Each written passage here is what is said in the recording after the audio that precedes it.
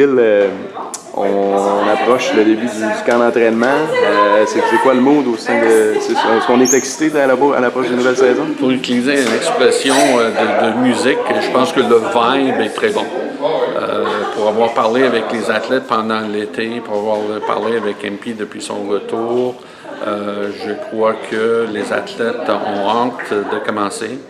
Leur saison civile s'achève. L'équipe réserve de CRQ est en finale en fin de semaine. Après ça, ils sont libres de venir nous rejoindre. On commence le lundi soir. Mais c'est très positif. Puis je pense que on va changer des choses. Oui. Puis parle-moi du retour de Marie-Pierre. Qu'est-ce que ça implique pour ton club? Bien, écoute, c'est une question de l'apport de maturité qu'elle amène avec nous. C'est clair qu'il y a un aspect physique, mais c'est pas juste ça. C'est quelqu'un qui va très bien s'intégrer dans le groupe.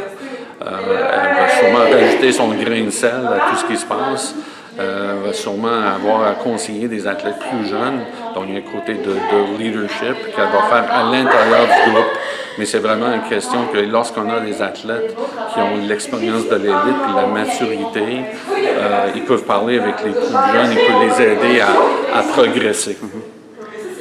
Saison quand même difficile l'an dernier, on met ça derrière nous, puis on a une nouvelle approche cette année. C'est clair que c'est derrière chez nous, mais en même temps, il faut comprendre qu'on avait des leçons.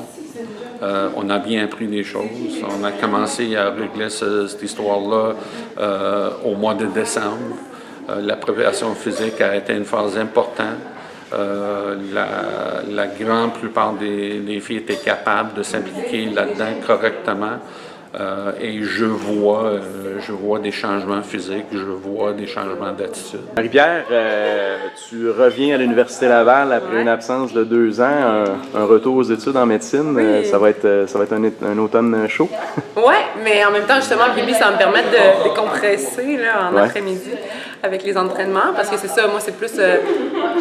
j'apprends un peu mon retour, parce que ça fait 2 ans que je n'ai pas étudié, puis j'arrive dans les hôpitaux, dans les stages et tout, mais avec le rugby, je pense que tout va être plus facile.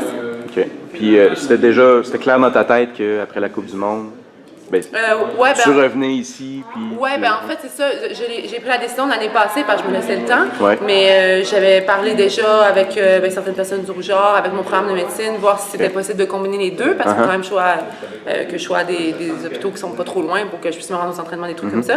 Finalement, tout était tellement facile à arranger. Ils m'ont tellement aidé, encouragé, tout ça, que je me suis dit, parfait, je vais pouvoir jouer encore au rugby cet automne, puis je suis bien contente.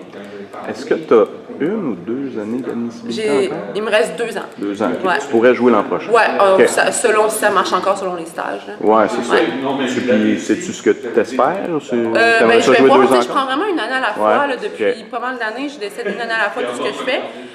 Après, c'est ça, je vais voir l'année prochaine. Puis si ça marche, pourquoi pas? Parce que j'adore encore le rugby, donc c'est encore le même cas l'année prochaine. Allez. Puis au niveau national, pour représenter l'équipe canadienne, est-ce que il arrive quoi à partir de là? C'est sûr qu'avant la Coupe du Monde, je me disais que c'était ma dernière année parce que c'est sûr que là, pendant les 2 prochaines années, ça va être compliqué de m'entraîner, tout ça. Je ne suis pas maître de mon temps. Là. Donc, après, rendu à la résidence, est-ce que ça va être possible de revenir? Je ne sais pas. C'est sûr qu'avec la Coupe du Monde, j'ai tellement de plaisir que je n'arrive pas à me dire que c'était mon dernier match. Là. Mais bon, encore une fois, je vais prendre une année à la fois. Je vais aller...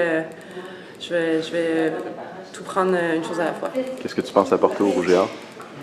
J'espère beaucoup de rire et de plaisir. Et puis, c'est ça, comme je disais, les filles, chaque personne apporte un truc personnel.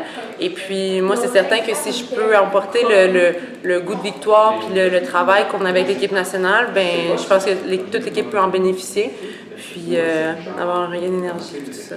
Tu as joué 3 ans ici auparavant. Ouais. C'est quoi la différence entre la joueuse d'il y a 3 ans? La différence majeure entre la joueuse d'il y a 3 ans, d'il y a 2 ans, puis la joueuse d'aujourd'hui? Comme Bill s'est amusé à le dire tout à l'heure, je pense que je suis plus mature. Donc, sur le terrain, ça devrait aller bien. si je suis pas d'accord avec l'arbitre ou si des filles qui essaient de me jouer dans la tête, je pense que je vais garder mon calme parce que j'en ai eu j'ai eu des bons tests à la Coupe du Monde, puis j'avoue que j'ai même pas eu à me forcer pour tout contrôler. Là. Donc c'est certain qu'avoir une mentalité comme ça, mais tu te sens vraiment plus fort sur le terrain quand tu es en contrôle de toi-même, puis tu sens que tu as le contrôle de l'autre équipe par le fait même. Donc je pense que c'est surtout ça la grosse différence. Ouais. Tu entrevois quoi pour le Rouge et Or cette année? Pour l'instant, avec l'équipe nationale, on s'est toujours dit on pense un match à la fois. Et puis, j'ai même pas envie de penser à la finale ou au championnat canadien. Tout ce que je veux, c'est qu'on gagne le premier match, puis après ça, on parlera pour le deuxième match.